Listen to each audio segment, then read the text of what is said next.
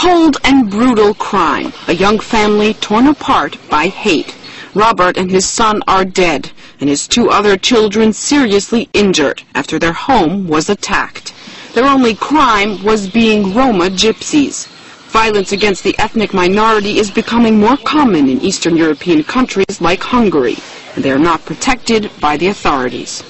A homemade bomb was thrown through the front door and immediately set the entire house up in flames, as you can see. Now, as the family tried to run to safety, Robert and his 5-year-old son were shot dead. The young family had just finished building this small but modern house. Perhaps that's what made it a target. Just the fact that I'm standing here in all this evidence during an open investigation is clear proof that crimes against Roma are not taken seriously.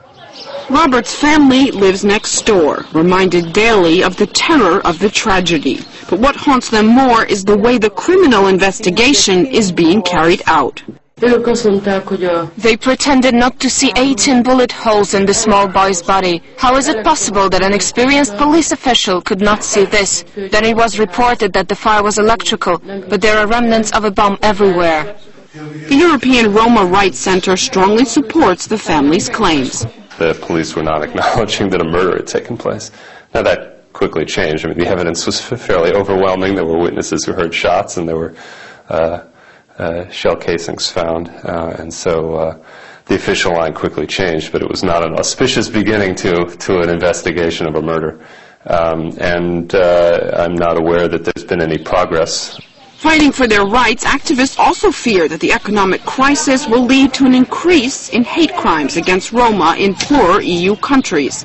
They've done an okay job in keeping the peace, but they haven't done an okay job in investigating these crimes against Roma, and unfortunately, if you don't investigate and prosecute offenders, you create the impression that it's okay to kill Roma, which is a